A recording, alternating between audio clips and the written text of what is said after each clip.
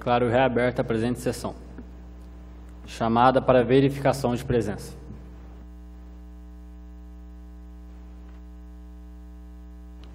Maria Eduarda Cardoso. Presente. Elizabeth da Silva Ferreira. Alan Johnny da Silva. Giovana Fernandes de Castro. Amanda Mouro dos Santos. Presente. Maria Fernanda Moretti. Presente. Beatriz Morandini. Áureo Cassiano. Júlia Fernandes Vieira. Presente. Jonathan Batista Ferreira. Petros Henrique Coelho. Breno José da Silva Patrício. Júlia Robert Mercadante. Marcos Vinícius Faria Zanato. Richard de Castro. Esther Moreira. Gabriela Secote Barbosa. Presente. Matheus Padilha. Paulo Maciel. Matheus Marquesi. João Bernardo Ferreira Neto. Gustavo Martins Fratas, presente. Tainara Ramos de Sanches. Ana Vitória Teixeira. Presente. Marcelo Antônio Rouca. Presente. Ingrid Moreira de Carvalho. Emerson Silva. Presente. Agora os suplentes. Laísa Alves. Murilo Roveda. João de Jesus. Gabriela Oliveira. Gabriela. Pedro Gabriel. Frederico Ferreira. Tiago Daniel Custódio. Wilgner Tavares. Lucas Oliveira. Lohane Silva. José Victor Dutra. Jaqueline Aparecida. Adriano Soares. Rodrigo Tales. Ana Júlia Areco. Álvaro Moisés. Presente. Alexander César. Presente. Gabriel de Oliveira Vargas. Presente. João Vitor Queiroz. Presente. Júlia Aura Ferreira. Gustavo Cardoso. Júlia Nogueira Lourenço. Emily Lorena. Ricaele Lamin. Guilherme Ferreira. Euler dos Santos. Luiz Pedro Lima.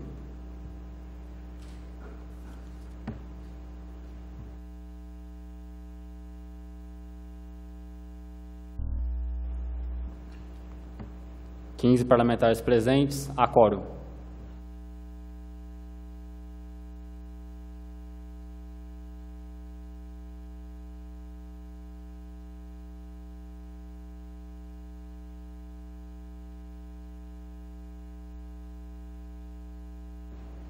Antes de iniciarmos o pequeno expediente, eu venho dar conhecimento a este Parlamento sobre o ato da presidência número 6, ato da presidência número 7, ato da presidência número 8, ato da presidência número 9 e ato da presidência número 10.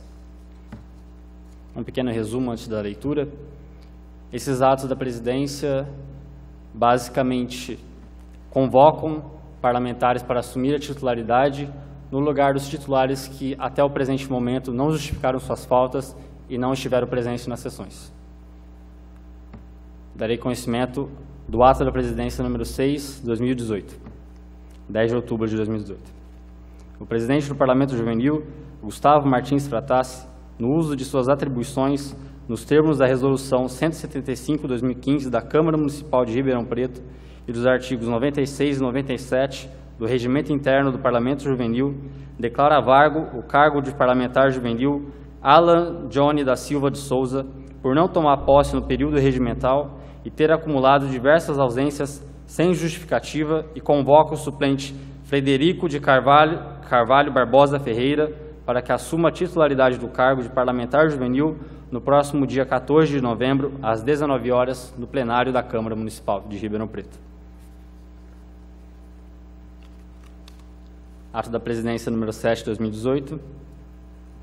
O presidente do Parlamento Juvenil, Gustavo Martins Fratassi, no uso de suas atribuições, nos termos da Resolução 175/2015 da Câmara Municipal de Ribeirão Preto e dos artigos 96 e 97 do Regimento Interno do Parlamento Juvenil, declara vago o cargo da parlamentar juvenil Julia Robert Pereira Mercadante, por não tomar posse no período regimental e ter acumulado diversas ausências sem justificativa, e convoca o suplente José Victor Dutra para que assuma a titularidade do cargo de parlamentar juvenil no próximo dia 14 de novembro, às 19 horas, no plenário da Câmara Municipal de Ribeirão Preto. Ato da presidência número 8 de 2018.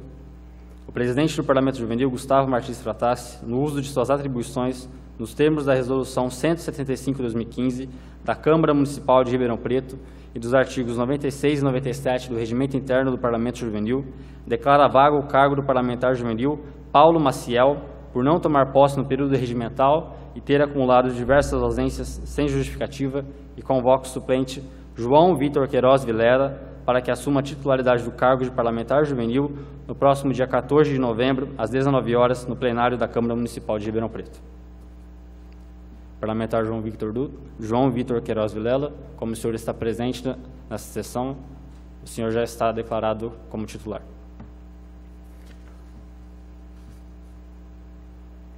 Ato da presidência número 9 de 2018.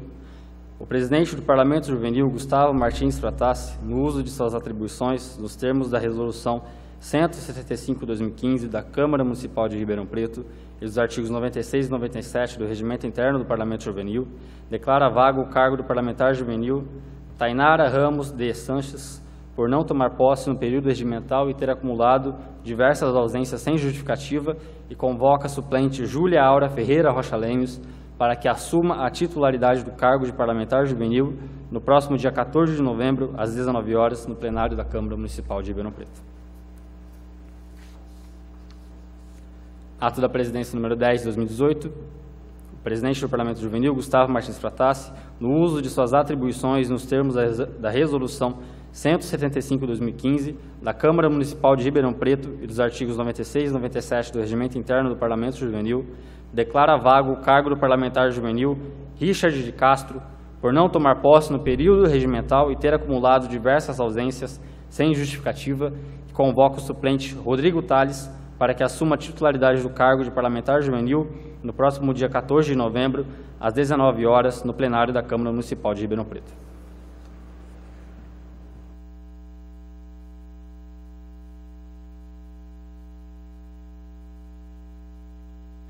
Gostaria de dar conhecimento a esta casa, às parlamentares e aos parlamentares juvenis, que as listas de presenças estão sendo analisadas das últimas sessões. Aqueles que não justificaram a presença terão seus cargos declarados vagos, se não justificarem até 10 dias. Aqueles que não tomarem posse também perderão o mandato, como eu já dei conhecimento a esta casa. E um adendo: nós seguiremos a lista dos suplentes, como nós fizemos nos últimos anos, porque é regimento interno do Parlamento Juvenil. Muito obrigado.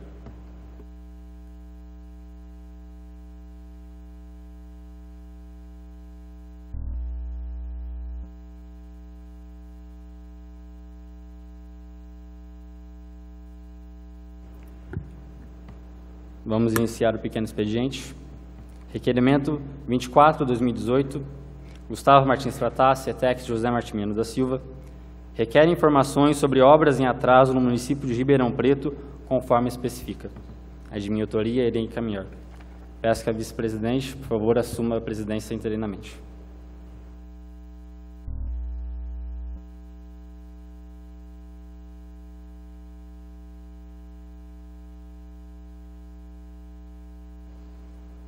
Bom, primeiramente, boa noite a todos, boa noite aos parlamentares, às parlamentares, a todos que nos assistem, todos que nos acompanham pelo YouTube, pela TV Câmara Municipal de Ribeirão Preto, pela TV Câmara. Bom, eu vou ler primeiro na íntegra o requerimento e depois eu falo um pouco mais abrangente.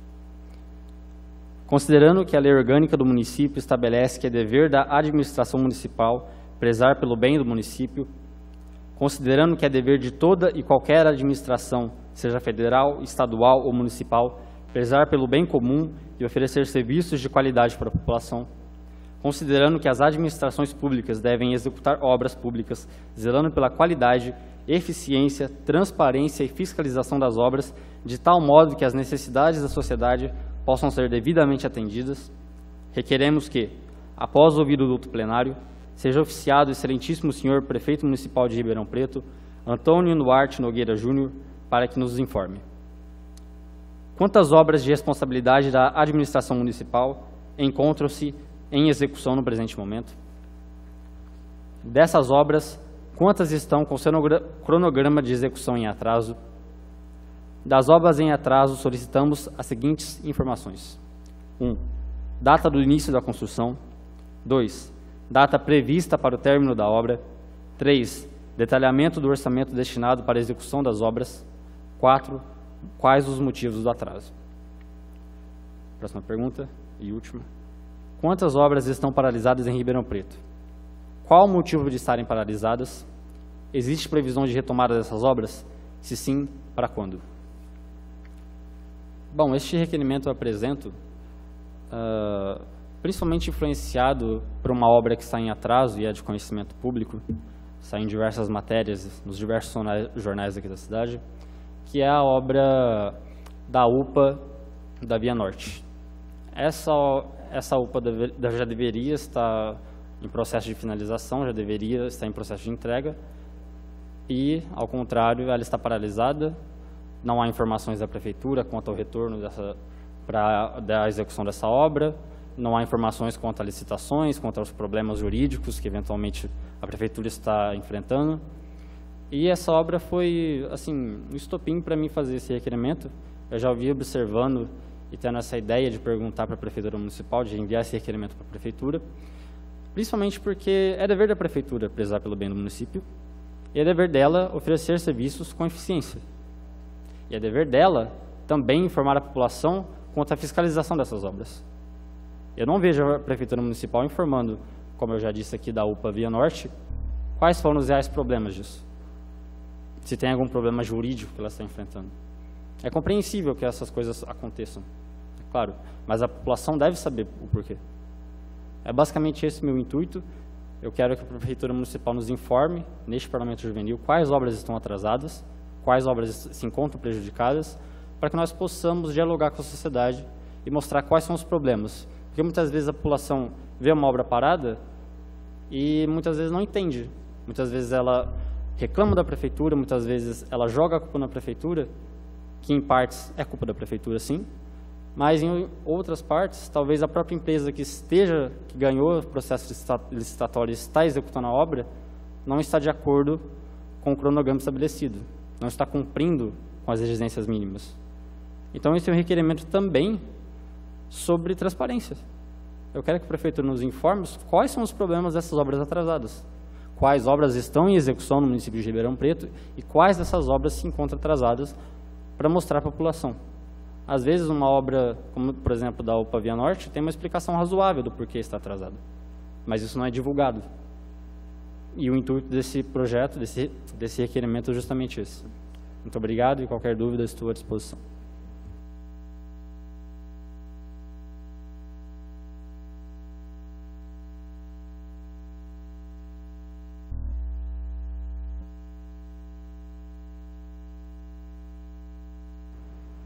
Algum parlamentar deseja encaminhar? Tem alguma dúvida?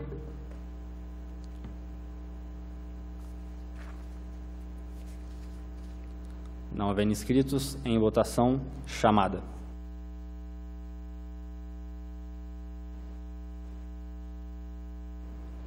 Maria Eduarda Cardoso. Sim. Amanda Moro dos Santos. Sim. Maria Fernanda Moretti. Sim. Júlia Fernandes Vieira. Sim. Jonathan Batista Ferreira. Sim.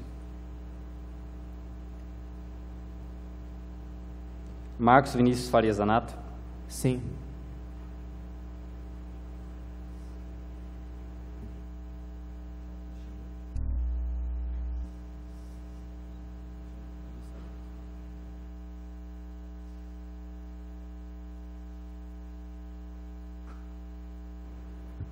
Parlamentar Petros Henrique Coelho. Ele acabou de chegar, então, para o pequeno expediente, está confirmada a sua presença. Então, eu vou voltar aqui na chamada. Petros Henrique Coelho de Souza, como vota, parlamentar? Sim.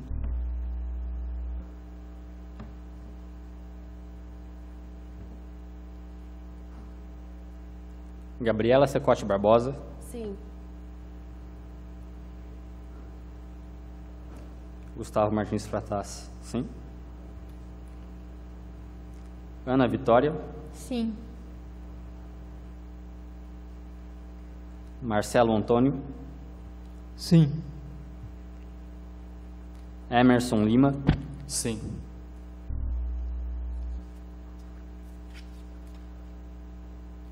Álvaro Moisés. Sim.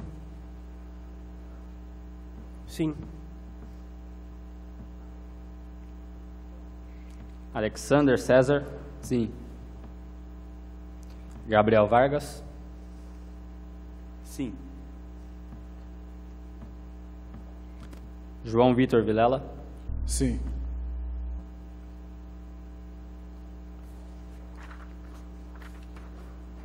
Requerimento 24/2018, aprovado por unanimidade.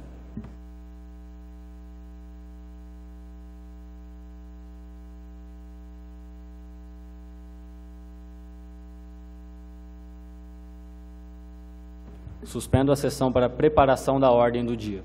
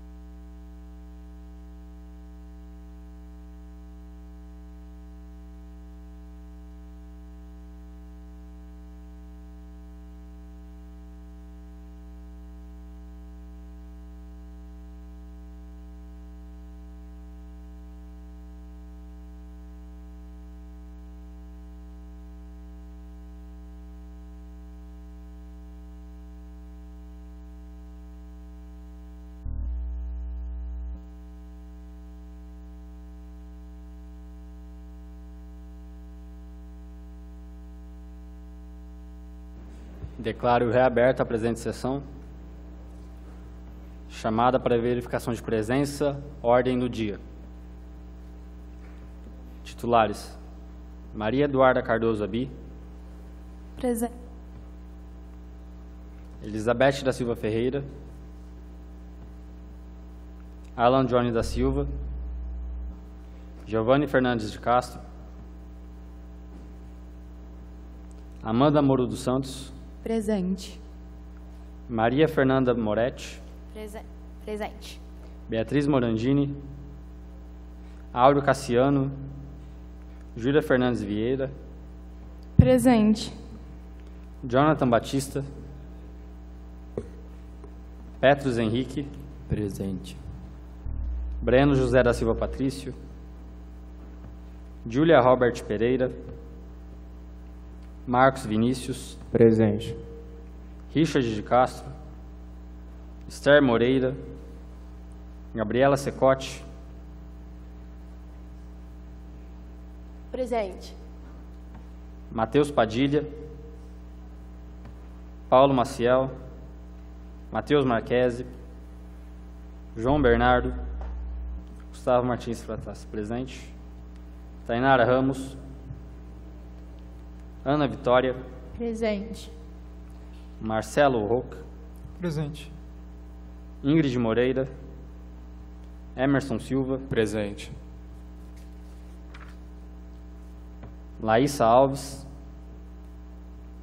Murilo Roveda, João de Jesus, Gabriela Oliveira Cesário, Pedro Gabriel, Frederico Barbosa, Thiago Daniel, Wigner Tavares, Lucas de Oliveira, Lohane Silva Santos, José Vitor Dutra, Jaqueline Aparecida, Adriano Viano Soares, Rodrigo Tales, Ana Júlia, Álvaro Moisés, Presente.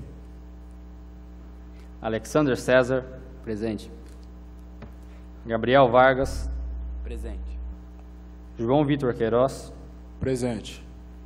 Júlia Áurea, Gustavo Cardoso, Júlia Nogueira, Emily Lorena, Ricaele dos Santos, Guilherme Alves, Euler dos Santos, Luiz Pedro. 16 presentes, a quórum.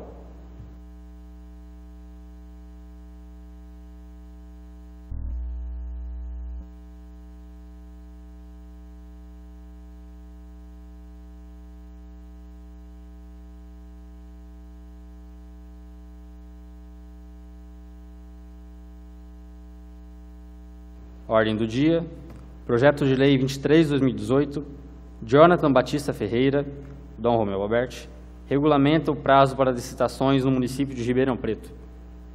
Por favor, Jonathan.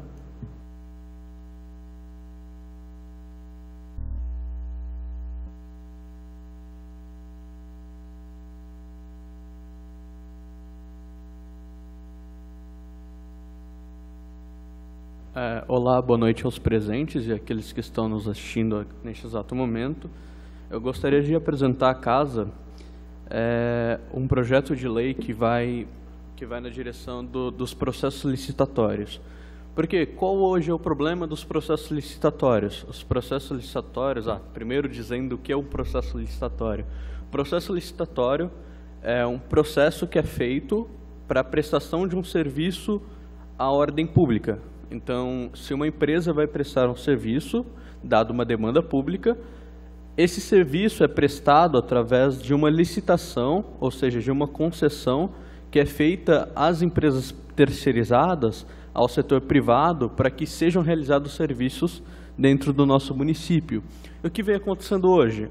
Quando nós falamos do processo licitatório, ele ocorre de modo que um processo licitatório, uma licitação, ela é dada por 20 anos e muitas vezes ela é prorrogada sem ser feita um novo processo licitatório. Ou seja, quando nós falamos do processo licitatório, nós estamos considerando empresas competindo para que elas melhores se adequem em termos de preço, em termos de obras que serão feitas como forma de concessão, para o setor público.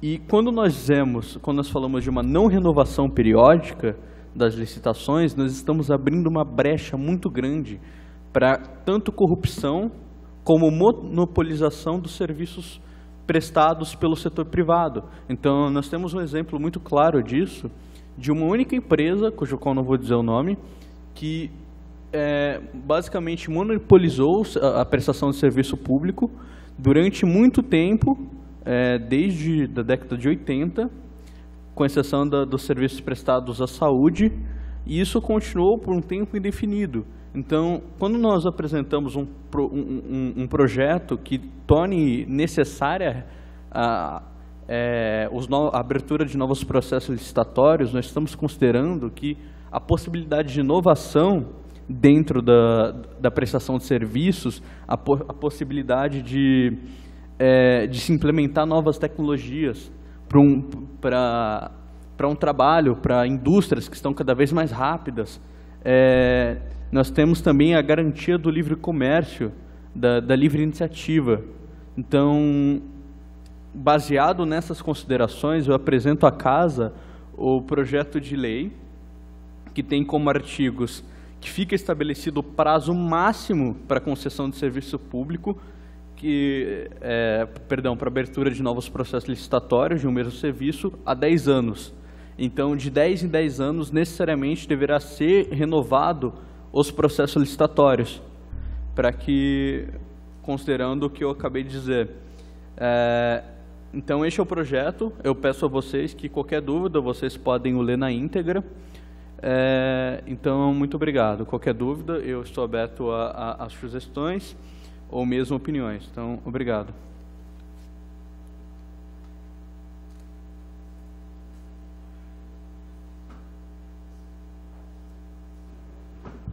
Algum parlamentar deseja encaminhar?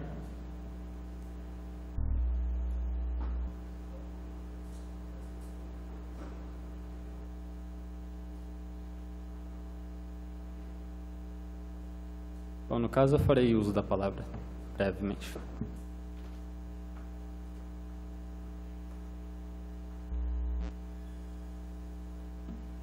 Bom, parlamentar Jonathan, só gostaria de parabenizar seu projeto.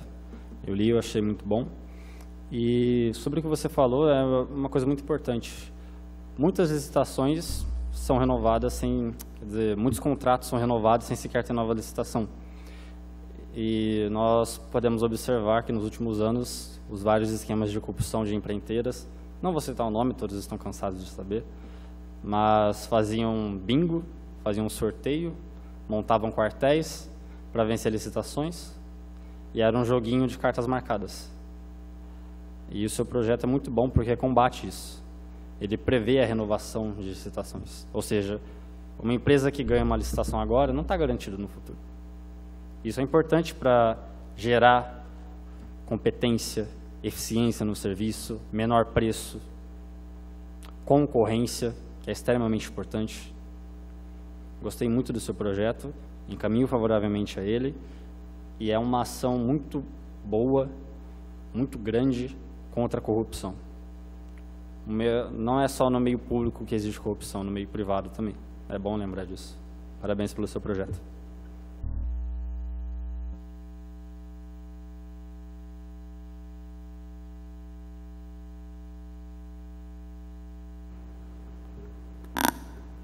Algum parlamentar? Jonathan?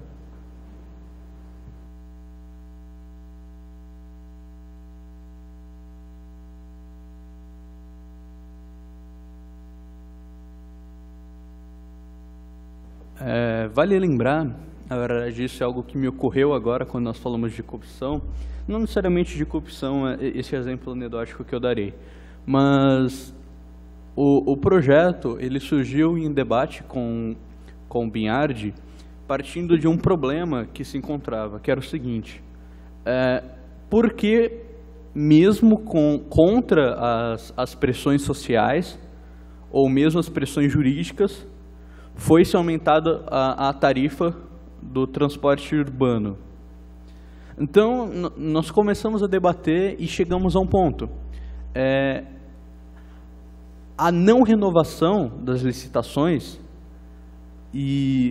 ou seja, a criação de novos contratos, muitas vezes arbitrários, ela tanto favorece a corrupção, como favorece também um ponto muito interessante, que as empresas se acomodam dentro do poder, e acomodando-se com o poder, a inovação, o preço justo, aquilo que deveria ser renovado, não ocorre, porque elas estão realmente acomodadas. Então, quando nós falamos de empreiteiras que estão em contato direto com o serviço público e realizando atos que são considerados ilícitos, nós temos realmente esta característica própria, que é a renovação não licitatória da mão de obra, da prestação de serviço. Então, quando nós dizemos dos oligopólios de parcerias público-privadas que geram corrupção, nós estamos falando também de uma impossibilidade de se criar concorrência dentro, de se competir dentro da prestação de serviço. Então, é por isso que a gente tem muitas vezes falhas na inovação, porque a mesma empresa, a mesma prestação, o mesmo grupo de pessoas se perpetuam no poder, se perpetuam pegando dinheiro público, dinheiro que é nosso, para que se seja feito um serviço que pode muitas vezes não ser mais moderno ou um serviço com caráter ilícito. Então nós devemos olhar para tentativas de combate à corrupção. E essas tentativas de combate à corrupção devem também surgir do Parlamento Juvenil, da força e da voz jovem. Então, eu venho aqui dizer que meu projeto vai muito de encontro com o que o presidente Gustavo Vatassi disse, que é uma forma de se combater a corrupção dentro da prestação de serviço. Ok?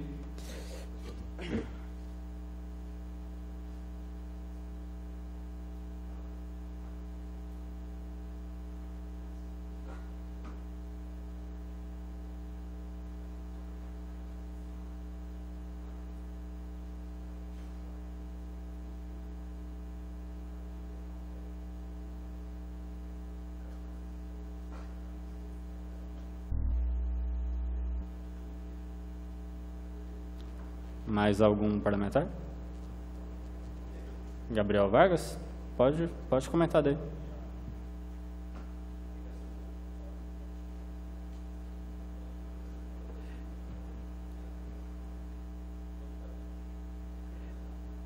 Eu penso assim, ó, ele disse sobre o aumento das tarifas em Ribeirão Preto, na questão de ônibus. Uma coisa bem simples que as pessoas não param a pensar é por que só tem uma empresa que faz isso em Ribeirão? Mas isso é no Brasil inteiro. Não tem concorrência de empresas. Era o caso do táxi antes. Só tinha eles. Eles colocavam o preço que quiser, usava quem quer. Certo? Vieram o Uber. Preço mais baixo, serviço melhor, o que aconteceu? Tiveram que ser o quê? Realocar, mudar. Uma coisa que não acontece na questão de transportes em Ribeirão. Uma coisa simples. Se abre o mercado para novas empresas de fora ou pequenas empresas, para começar a atuar, cara, te garanto que instantâneo, eles têm muita grana e iriam melhorar o serviço e eu queria aqui combater, ou tentar comprar essas empresas. Mas hoje, se eu, sei lá, alugar uma van e quiser transportar as pessoas, cara, te garanto que uma semana eu sou preso. Por quê? É ilegal, você não pode abrir outra empresa de questão de transporte. Então eu acho que assim, uma medida simples para melhorar o transporte público é abrir concorrência, simples, livre mercado sobre isso, sem burocracia. É igual o caso da Uber. Eu acho que assim resolveria, nesse aspecto da tarifa, no caso de Ribeirão, que a gente sabe mais do que as empreiteiras que são escala nacional e até internacional, uma coisa que a gente saberia resolver fácil aqui seria isso, abrir mercado. Penso isso, assim, bem simples. Jonathan?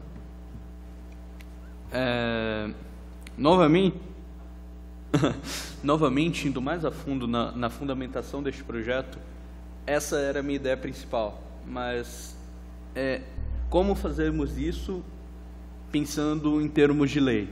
Então, a solução prática para o problema tanto da corrupção como do aumento dos preços seria obrigar a renovação licitatória, porque eu também estava pensando na famosa mão invisível do mercado, para que o preço se ajuste ao preço do consumidor, na verdade, o preço do produto se ajuste ao dinheiro do consumidor, mas nós tínhamos que pensar em soluções práticas para se propor algo que se de encontro com as nossas ideias de renovação. Então, o que nós podemos hoje fazer do poder público? Este já é o primeiro passo. Então, quando nós pensamos em inovações, o que é feito? Como, por exemplo, no caso do Uber. O que aconteceu no caso do Uber? Existia um problema que era como se fazer o transporte de pessoas.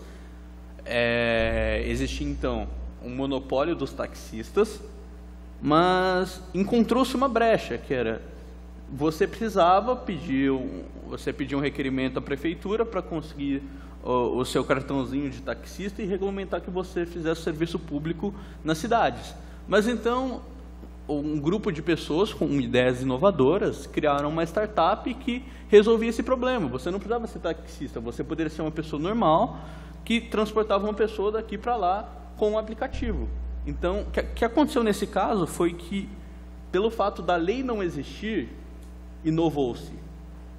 Mas, neste caso, nós temos que pensar em a lei existindo, como nós podemos renovar este problema, como nós podemos solucionar esse problema, entende? Então, nós estamos falando da existência da lei e não da inexistência, como no caso da inovação dos Ubers. Eu penso que é o seguinte, propondo o fim da concessão de transportes à rede atual, à empresa atual, deixar de ser somente ela. Já existindo a lei, vamos tirar essa lei, vamos tentar falar, cara, ok, não estamos bloqueando você de operar, você vai operar, só que agora não é só você que pode. Se qualquer pessoa, você ou o Gustavo quiser abrir uma empresa de transporte, ele pode. Isso é simples, mas não é de interesse, certo? Porque eles estão lá há anos. Se você tem o monopólio, todo monopólio, cara, é isso. Coloca o preço e você paga. Simples. Se você deixa de ter a concessão de transporte somente para uma empresa, cara, porque necessidade tem. Quantos ônibus lotados você vê passando por dia? Te garanto que tem muita gente querendo ver esse mercado e aproveitar, só que não pode, porque é o quê? Contra a lei. Então, se você deixa de ser uma concessão obrigatória para uma empresa só, o mercado começa a atuar, penso eu. Parlamentar Marcos? Então, eu sou um pouco leigo nesse assunto, porque eu não consegui fazer uma pesquisa com antecedência. Entretanto, eu creio que não seja tão simples assim como você propõe. Nós temos que levar em conta que, pelo que eu entendi que o Jonathan explicou, as empresas que detêm esse monopólio, elas têm um contrato. E esse contrato ele não pode ser simplesmente quebrado, rasgado. É necessário que haja um acordo. E o problema justamente acaba sendo nesse contrato. Aparentemente, o que o Jonathan propõe é que haja uma reformulação na maneira em que são feitos esses acordos, esses contratos, para que eles possam ser julgados de uma maneira mais eficiente. Outra coisa, a questão do transporte público. A empresa atual, ela já está no controle desse transporte há muito tempo, por conta desses contratos. Aparentemente são 20 anos, né, que a empresa tem de contrato, e ela pode renovar, como, se eu não me engano, aconteceu recentemente, ou faz algum tempo, mas ainda está no período do contrato. Não é abrindo as portas assim, de repente, que haverá concorrência, por conta justamente desse contrato. Como nós estamos falando de políticas públicas, já é um pré-requisito, creio eu, que quando ao término desse contrato, se todo o processo acontecer corretamente, como dito nas burocracias, haverá uma nova coletânea de empresas. As empresas irão propor as suas ideias e haverá um momento de renovação. Só que o problema não é esse momento, o problema é justamente que ele não acontece, por conta dessa, vamos colocar assim, essa corrupção que acontece. Então, a ideia em si acontece, ou, no caso, deveria acontecer. E aí o problema está não só... O problema não é a ideia, o problema são as pessoas que querem que continue da mesma forma. Então, eu não creio que seja tão simples assim como você propõe. Mesmo assim, se tudo seguisse corretamente, iria ser simples assim, é meio complexo.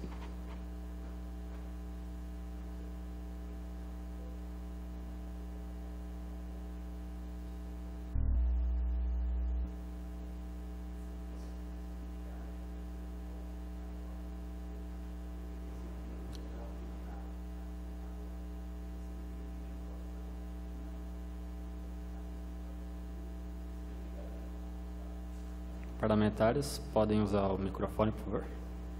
Desculpa. Eu estava falando para ele o seguinte, eu não penso em hoje, amanhã vamos quebrar o contrato, porque isso geraria multa, quebra de contrato e é uma burocracia do caramba. Eu penso assim, ao fim do contrato, eu não sabia disso, foi renovado agora, eu não sabia. Também não sei.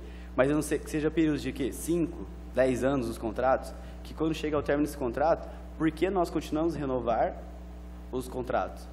E se nesse momento parar, não vamos renovar. Você não é obrigado a renovar um contrato. Chegou ao fim do contrato. Ambas as partes cumpriram sua parte. Quando chegasse ao fim, sim, atuaria essa opção que eu falei, abrir o mercado. Falar, não vai ser só você, ok? Eu penso assim, no final do contrato, entendeu? Para não gerar toda a questão de multa. Eu penso assim. Eu penso assim.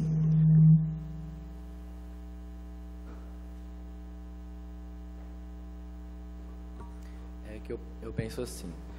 Haveria uma nova regulamentação ao final de cada contrato, abriria-se o mercado e caberia ao Estado entender qual empresa seria a mais adequada para contratar naquele período. É isso que você está dizendo, não? Seria mais ou menos assim. Acaba-se o contrato, certo?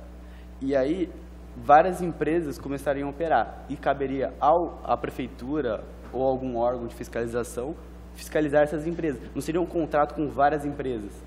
E sim, deixar as empresas operar e sim você fiscalizar a qualidade da empresa. Não precisa você fazer um contrato de novo, fazendo que entre 5 novas empresas. Aí você está falando que só 5 empresas podem trabalhar para você. E não é essa a ideia, é ampliar as empresas, ampliar mais gente querendo empreender sobre isso. E assim gerando não o monopólio, porque o que acontece? Vira cartel depois, tem 5, as 5 se juntam, aumentam o preço todo mundo junto e voltam ao normal. Ou elas se juntam em uma empresa só. Aconteceu a história da Ritmo, eram várias, elas se juntaram e viraram uma só. Então eu penso assim, após o término do contrato, abrir-se o mercado e caberia à prefeitura fiscalizar essas empresas, da forma que ela achar devido. Eu acho que o problema está nessa fiscalização de todas essas empresas. Porque como vai se fazer isso de vias legais, se não são contrato com essas empresas, e como que não se gera esse ciclo infinito de monopólio mesmo. As empresas maiores se juntam, elas vão quebrar as empresas que são menores, porque elas não têm dinheiro suficiente para competir, e aí cria-se um novo monopólio de uma outra grande empresa. Eu entendo a ideia, só não consigo pensar nela de forma prática. Como executar ela? Se você tiver alguma ideia de plano para isso.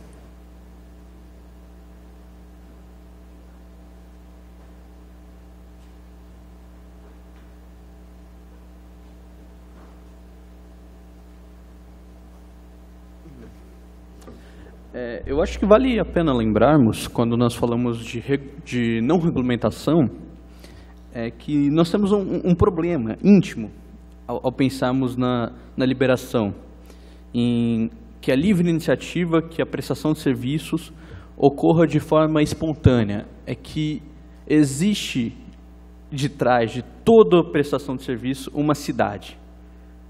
É a cidade que vai sofrer as consequências da prestação ou não de um certo serviço. Então, quando nós dizemos, deixe que o mercado se autorregule para que diversas formas de transporte aconteçam dentro da cidade, ou mesmo que não exista a renovação de contratos depois do processo licitatório, que deixe que o mercado se autorregularize. Nós temos um problema íntimo neste nosso pensamento, que é o que acontece com a cidade se nós construirmos um prédio aqui, o que vai acontecer do outro lado da cidade. Então, isso a gente não consegue entender. Por exemplo, o caso do transporte urbano, libera-se o transporte urbano. Como isso pode afetar a velocidade do transporte, como a colocação de semáforos, de sinalização se daria. Então, o problema da não regulamentação é que nós temos que pensar no bem-estar social da nossa população. Então, é muito bonita a ideia do livre mercado se autorregulando, mas nós temos que pensar em estratégias, temos que pensar com inteligência de gestão para que isso seja bem implementado. Então, o que acontece no caso do transporte urbano, voltando para o nosso problema, o transporte urbano é feito através de concessões do Estado. O Estado concede o direito de uma empresa prestar esse serviço. É basicamente isso, uma licitação. Então, essa empresa vai ter seu lucro, mas é-se feita uma concessão das vias públicas para que sejam feito esse transporte. Tudo bem que em alguns momentos nós vemos que essas concessões podem não fazer sentido. Por exemplo, o doutor Enéas, ele falava de como funcionava, como o Estado podia regulamentar ondas eletromagnéticas no ar. Tipo, ondas eletromagnéticas, como assim? Tanto o rádio como a televisão, ela é regulamentada. Você tem uma certa frequência de onda que vai ser captada num televisor. Isso é feito por concessão do Estado. Então, a gente pode extrapolar alguns pontos que pode se parecer estranho aos olhos da população, mas esses serviços são prestados através de concessões feitas pelo poder público. Então, nós temos que pensar em como gerir. Então, como vamos criar a competição, vamos dar a condição para que se compita, porém, vamos pensar isso com inteligência. Nós não podemos dizer que agora está liberado. Então, se você quiser, você pode pegar o seu paraquedas e sair pela cidade andando. Então, vamos andar de drone agora. Mas a gente tem que pensar isso com inteligência, como isso pode fazer com que, como a nossa cidade vai reagir a isso. Porque uma cidade orgânica, composta por pessoas, como ela vai reagir a isso? Como nós vamos fazer isso com inteligência? Então, esse é o problema de administração pública, esse é um problema de gestão. Então, eu realmente acredito que a iniciativa privada, assim como o caráter empreendedor, o caráter inovador, ele produz sim muitas inovações e soluções. Mas ele não consegue olhar para o todo, ele não consegue olhar para como se gere uma cidade. Então nós temos que pensar nisso quando nós pensamos em propostas. Vamos conceder maior espaço para que se compita? Vamos conceder, mas como pensar isso com inteligência? Existem alguns casos, como por exemplo o sistema monetário, que nos Estados Unidos existem mais de 8.000 bancos para se prestar serviços financeiros dentro dos Estados Unidos. No Brasil, o nosso sistema financeiro é controlado por cerca de uma dúzia de bancos. 5 bancos. Então, é um oligopólio, na sua forma mais pura. Então, nós temos que pensar em como criar condições para competição, porém pensar isso com inteligência. Onde a gente pode criar condições para competição? Onde nós vemos o caráter predatório de alguns acordos? Então, nós pensamos estratégias para isso. Eu acho que esse é um papel muito importante que nós podemos cumprir como cidadãos. Então, eu acho que é isso.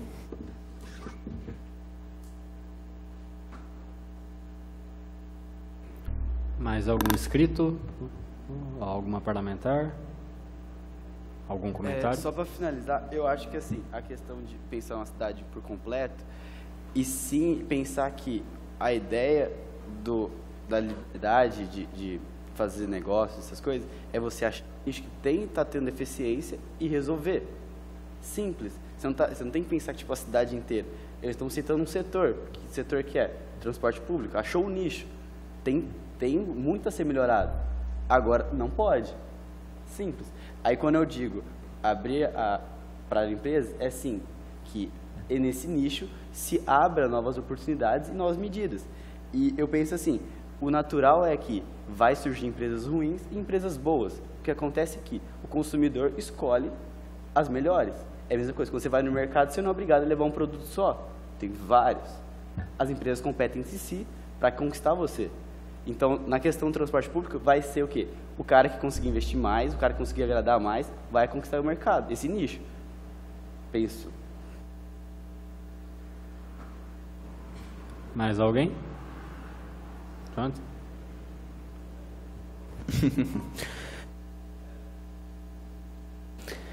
De fato, no caso do transporte público, tem muito a ser melhorado, porque a gente teve também um caso em que as vans estavam competindo com os ônibus e elas estavam tendo muito mais espaço dentro da cidade. Então, as vans estavam roubando, entre aspas, os passageiros dos ônibus, porque a passagem tinha aumentado muito, então elas surgiram como uma solução. Mas então as vans foram barradas pelo Estado na ocasião.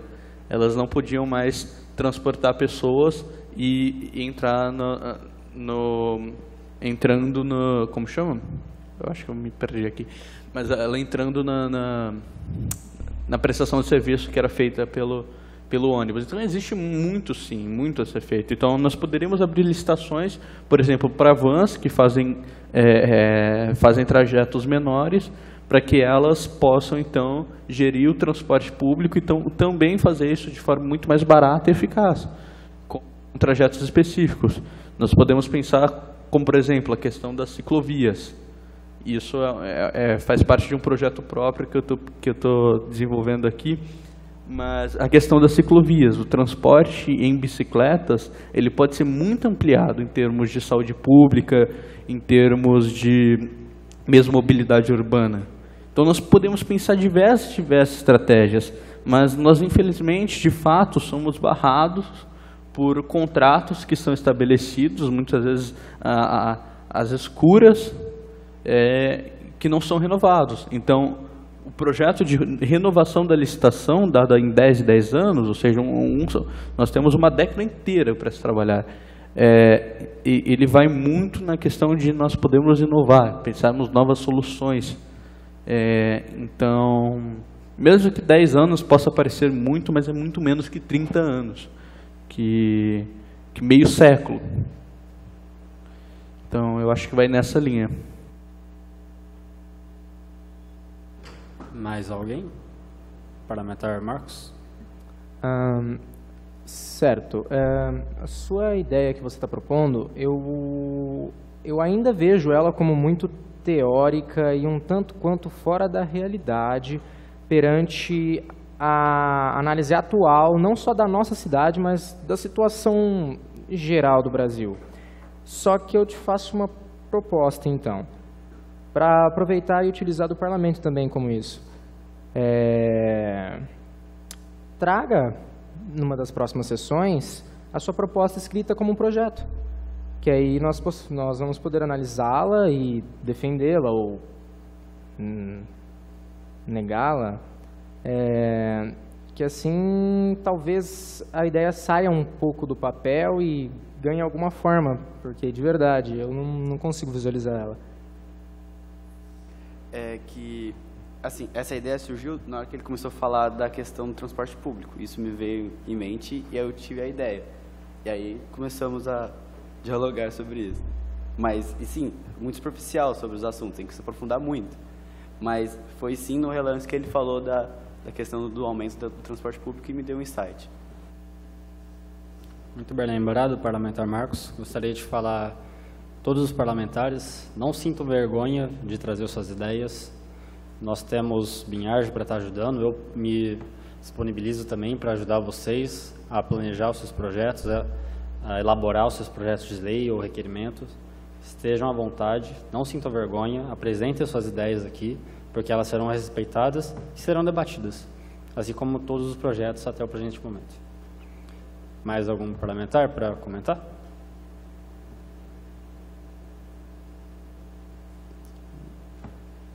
Bom, não havendo inscritos, em votação, projeto de lei número 23, 2018.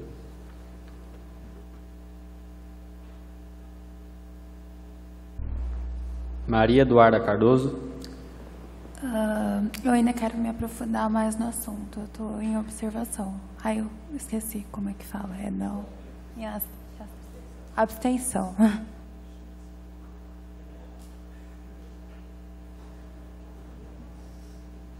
Amanda Moro. Sim.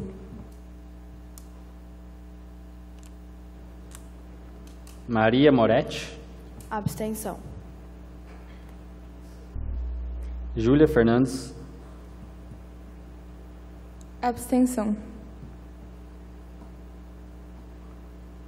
Jonathan Batista Ferreira. Sim. Petros Henrique. Sim. Marcos Vinícius. Sim. Gabriela Secote. Abstenção. Gustavo Martins Fratas. Sim. Ana Vitória. Abstenção. Marcelo Roque. Sim. Emerson Silva. Sim. Álvaro Moisés. Sim. Alexander César. Sim. Gabriel Vargas. Abstenção. João Vitor Queiroz. Abstenção.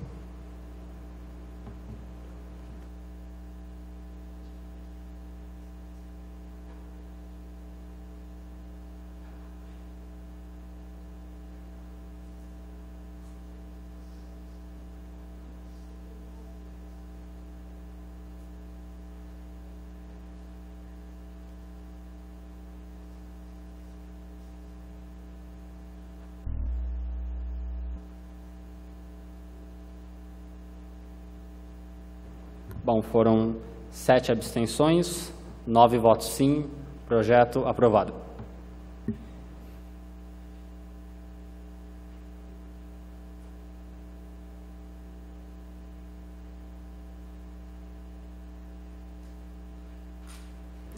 Damos início ao pinga-fogo. Algum parlamentar gostaria de utilizar a tribuna por até 5 minutos? Jonathan? Eu gostaria de perguntar ao presidente do Parlamento Juvenil, Gustavo Fratassi, o que acontece em caso em que a abstenção é maior do que a aceitação de um projeto? A abstenção é maior que os sims. Vou consultar o regimento interno, só um minuto.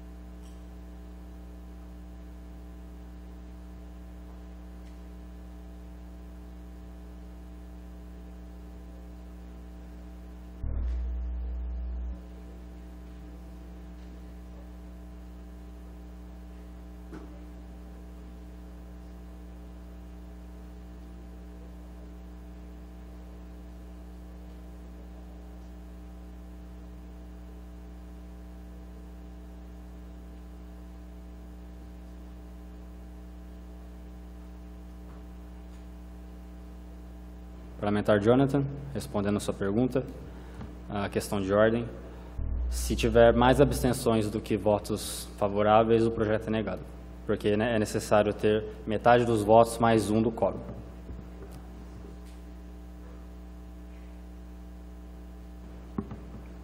Alguém? Algum inscrito, alguma inscrita para utilizar a palavra na tribuna? Marcos, por favor.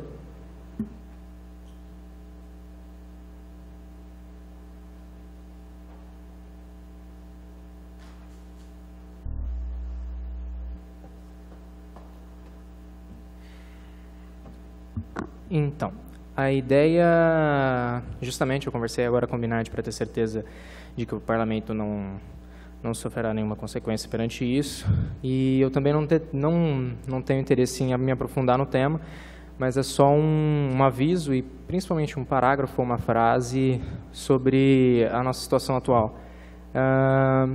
Não sei se a maioria de vocês, ou não sei se todos vocês já podem ou já têm a oportunidade de votar. Entretanto, a intenção da frase aqui é que vocês conscientizem e que analisem tanto o caráter quanto o plano de governo do candidato que vocês querem apoiar. E, por favor, vão a fundo e protejam tanto quanto compartilhem o candidato de vocês. Isso é muito importante porque, por mais que seja uma forma, o voto branco ou o voto nulo, ainda assim, no final das contas, traz um gosto amargo na boca. É isso. Obrigado.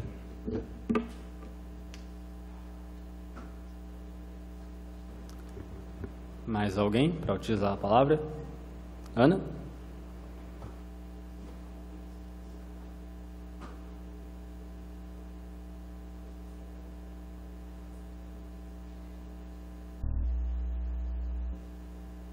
Boa noite a todos. Eu gostaria de falar uma coisa que eu achei muito interessante em sua fala sobre os votos brancos e nulos. Eu não sei se vocês viram, teve uma propaganda, não bem propaganda, mas do Burger King, que eu achei super interessante, perguntando sobre... acho que era na rua mesmo, em frente ao restaurante, quem iria votar nulo ou branco, e deu a essa pessoa um lanche aleatório sem hambúrguer, tipo um lanche com cebola, por exemplo, sabe? E mostrou a essas pessoas que, ao votar branco ou nulo, você não estaria escolhendo o seu lanche. Você não estaria pensando, tipo, o que eu gosto, o que me faz bem. Você estaria deixando outras pessoas escolherem o seu lanche por você. E isso foi uma comparação simples que eu achei genial, assim, muito interessante.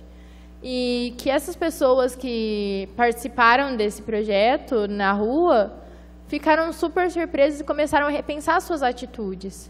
Então, eu acho que se vocês não viram esse vídeo, eu acho muito interessante ver, porque é um vídeo muito interessante nesse sentido, porque muita gente acha que votar branco ou nulo é uma forma ou de protesto ou de que irá valer alguma coisa, mas você só vai estar deixando outra pessoa escolher por você, e que não é isso seu dever de cidadão, né?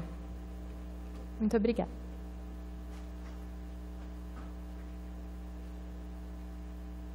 Parlamentar Petros. Só uma colocação rápida também, já que a gente entrou nesse assunto. Quando a gente vota e pensa no nosso candidato, a gente tem que pensar não só, principalmente candidato à presidência, que é o caso do segundo turno, não só no micro como macro. Então, eu vejo e convivo com muitas pessoas que votam partindo de seus princípios éticos ou no que vão lhe favorecer de algum modo. Quando a gente fala de voto, a gente está falando de um princípio ético conquistado que deve beneficiar todos. E eu acho que é algo que é importante ser lembrado nesse período de eleição. Mais alguém para utilizar a palavra? João Vitor? Um pouco em cima da fala do Petros, eu acho que é importante a gente frisar também que o voto, no caso para senador, né, e para presidente, para senador 8 anos e para presidente os 4, é um compromisso que você faz com o seu candidato. Claro que nem sempre você vai encontrar um candidato que represente todas as suas ideias, mas quão próximo você conseguir chegar disso, é melhor, porque é aquele cara que vai estar ali falando por você, ou aquela mulher, né, em outros países, em conferências da ONU, onde quer que seja.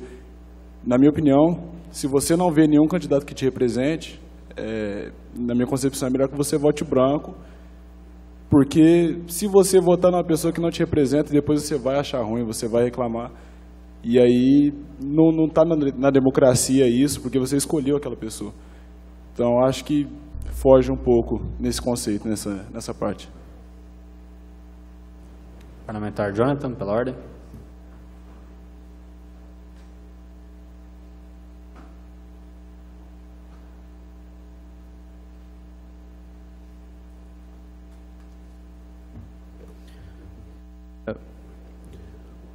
O Supremo Tribunal de Justiça Eleitoral, acho que eu pronunciei a ordem errada, mas o Tribunal de Justiça Eleitoral contabilizou 10 milhões de votos brancos e nulos nesta eleição. 10 milhões de votos brancos e nulos. Eu gostaria que vocês refletissem por alguns breves instantes, caros senhores, o quão grande, o quão importante 10 milhões de votos brancos e nulos são.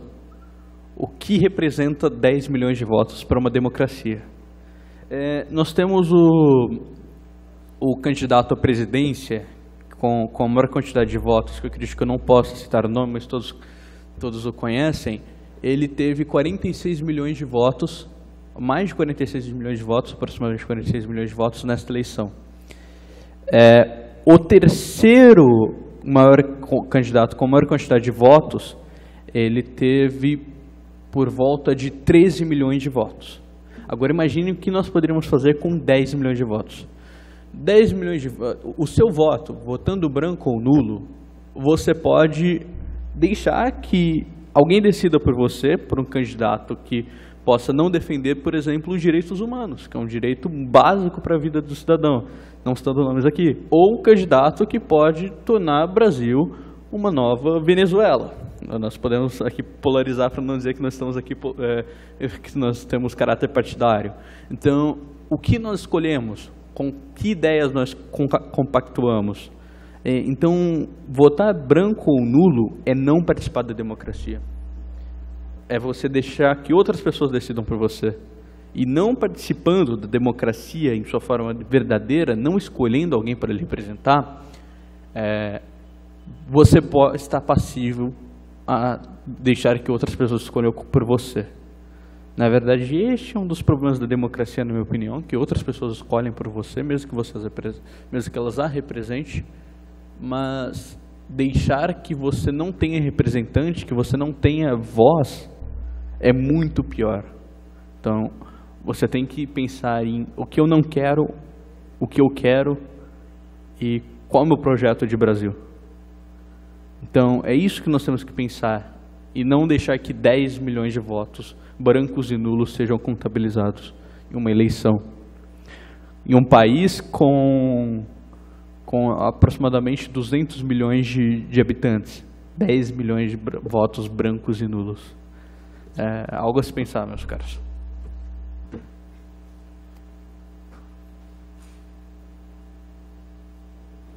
Gostaria de fazer um breve comentário às considerações do parlamentar Jonathan. O número de abstenção nessa eleição de 2018 foi, assim, algo estrondoso, algo surpreendente. Já era esperado, mas ainda assim, quando você vê os números, você analisa a situação, realmente é complicado. Em grande parte, isso tem a ver com o descrédito da população, com o descrédito da classe política perante a população. E eu acredito que cabe a nós, jovens, mudar essa situação. E um pouco do que você falou também é verdade. Nesse segundo turno, tanto para o governo federal quanto para o governo estadual, nós teremos apenas 2 candidatos. Ou seja, são 2 propostas para um Brasil e para um estado diferente. Então é interessante que o eleitor, principalmente aquele que votou nulo ou branco, procure essas propostas, compare-as. Veja o que cada candidato representa, veja o que cada candidato defende. E vote com a sua consciência. Parabéns pelas suas considerações, parlamentar. Mais alguém? Petros? Uma última consideração baseada no que os dois falaram. Você tem um direito de votar branco e nulo no Estado democrático de direitos. E você pode exercê-lo. O grande problema que eu vejo é que eu posso não votar em um candidato que me represente 100%, o que eu acredito que seja quase que impossível hoje. Mas, se eu voto em um candidato e eu vejo que ele não está fazendo o que ele se propôs a fazer, o que eu acredito, eu tenho a possibilidade de cobrá-lo ou tirá-lo do poder. Quando você vota branco ou nulo, eu acredito que você não tem nem moral para poder criticar o seu candidato, porque você não fez escolha nenhuma, você se absteve e ficou em cima do muro. Então, como que você reclama ou preza por um país melhor se você não exerceu o seu maior poder em uma democracia, que é o voto, que é eleger alguém que te represente lá? Então, acho que a gente tem que lembrar que a nossa democracia ainda é muito nova, a gente deve valorizá-la. Acho que o brasileiro não valoriza isso.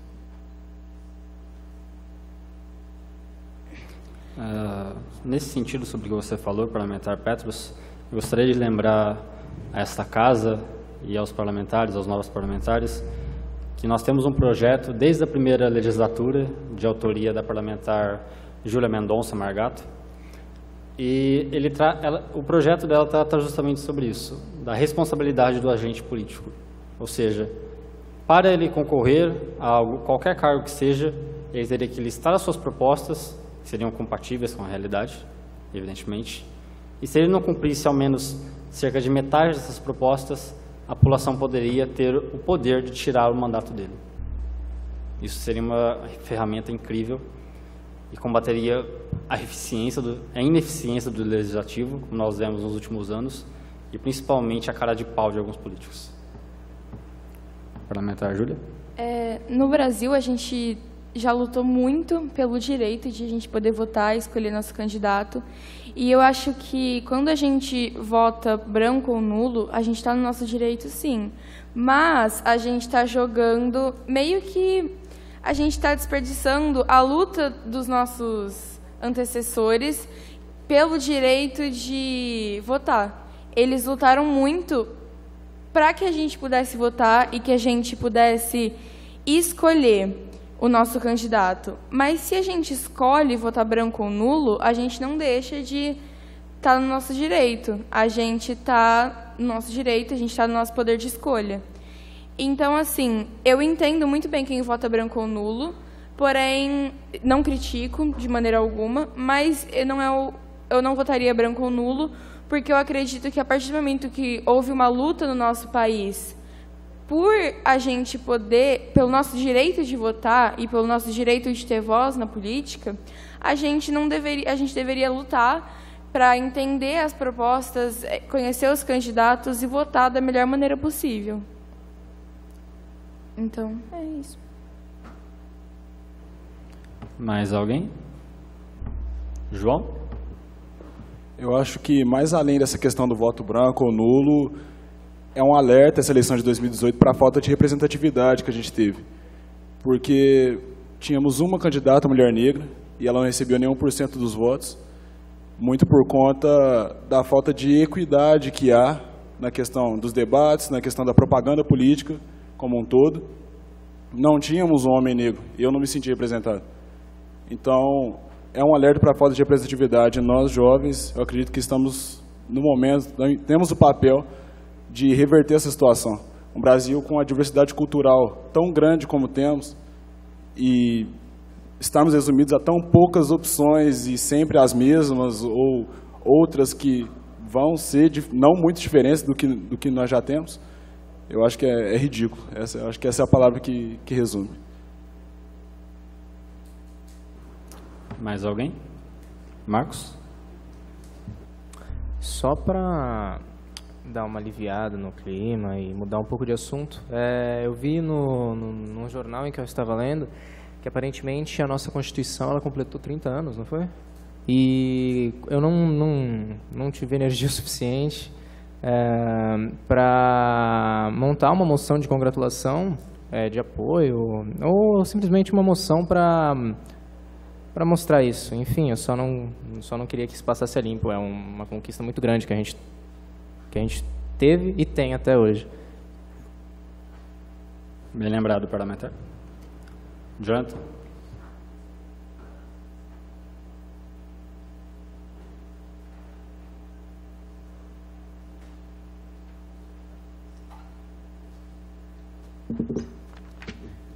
Uma frase que eu gosto bastante, que eu já ouvi algumas vezes, é: a democracia é uma delícia. Saiba apreciá-la, pois há muitos que apreciam, porém muitos que ignoram. Com a fala do parlamentar Marcos, me veio algo à mente. Fazem 30 anos em que nossa Constituição foi estabelecida. Fazem 70 que é a Declaração Universal dos Direitos Humanos, na verdade vai fazer 70, dia 10 de dezembro, que a Declaração Universal dos Direitos Humanos foi estabelecida.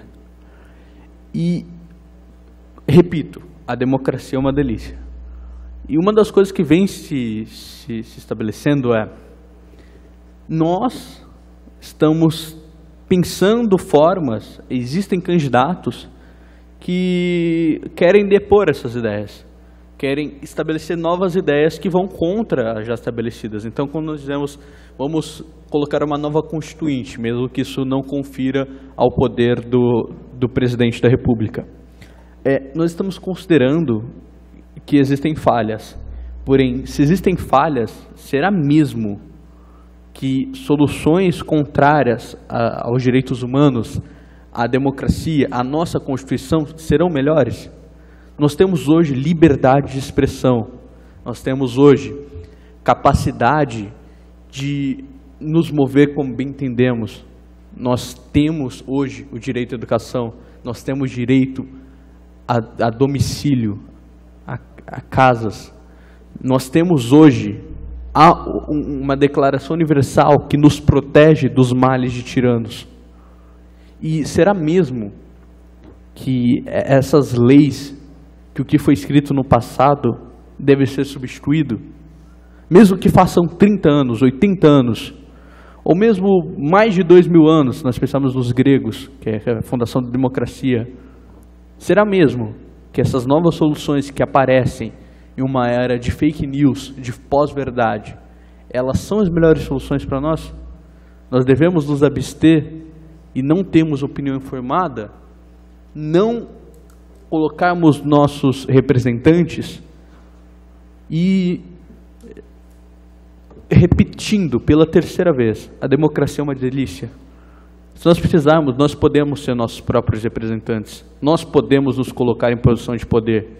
Não nos colocar em posição de poder, mas nos colocarmos como candidatos a posições de poder. E nós somos extremamente jovens, somos maleáveis.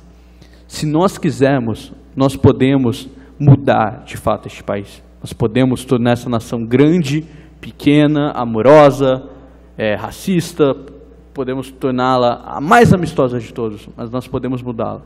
Nós somos jovens e nós temos não só vontade, como dever de mudar este país.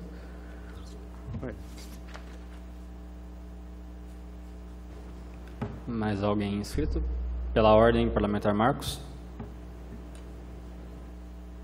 Aproveitando o que o parlamentar Jonathan falou e fazendo um adendo, principalmente citando 2 artigos que não todos são importantes, mas esses são literalmente intrínsecos e necessários.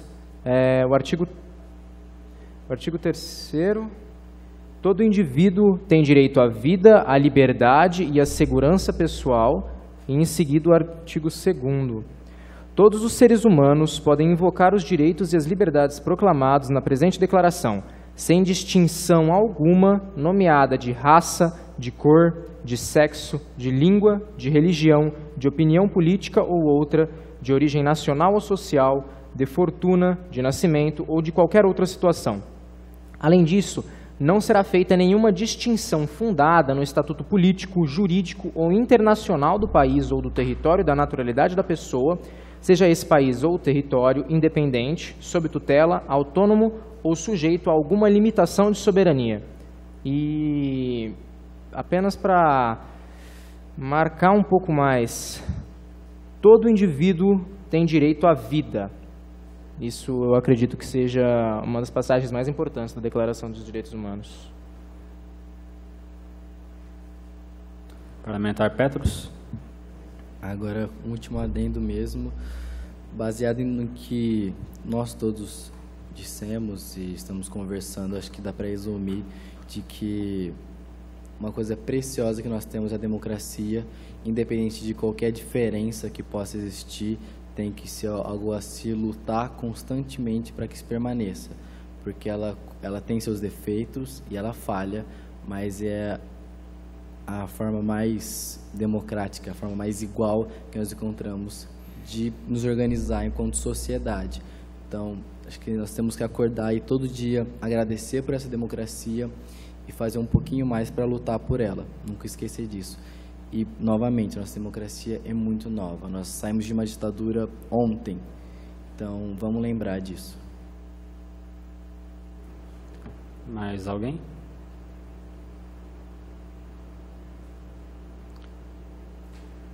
Bom, eu utilizaria a palavra na tribuna brevemente.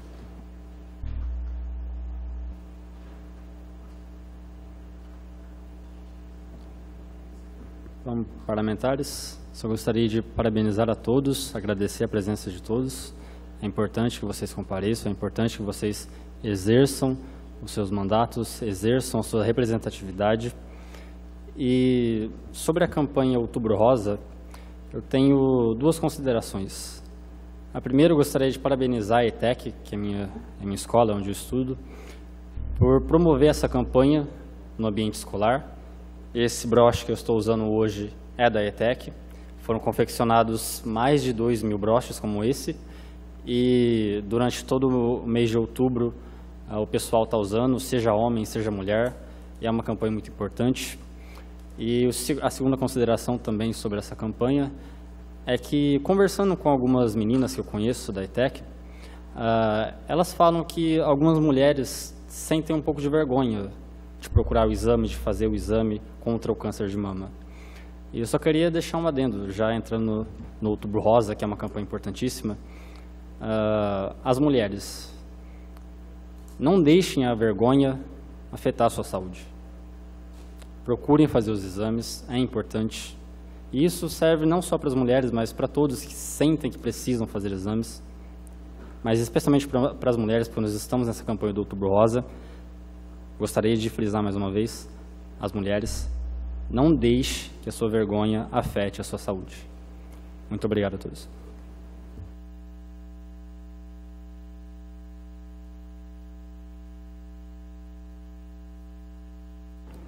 Mais alguém? Gabriela Sacote?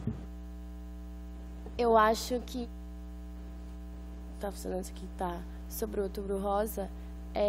Eu acho que as mulheres têm um certo medo também de fazer os exames, porque é uma coisa muito grave, entendeu? Então, tipo assim, você chega lá e descobre que você tá com câncer, é uma coisa, tipo, vai mudar totalmente a sua vida, a sua rotina vai, tipo, mudar completamente. Então, acho que é mais um medo também.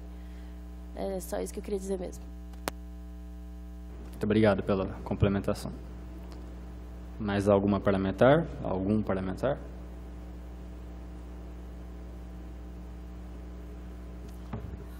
Bom, não havendo mais inscritos, declaro encerrada a presente sessão. Muito obrigado a todos.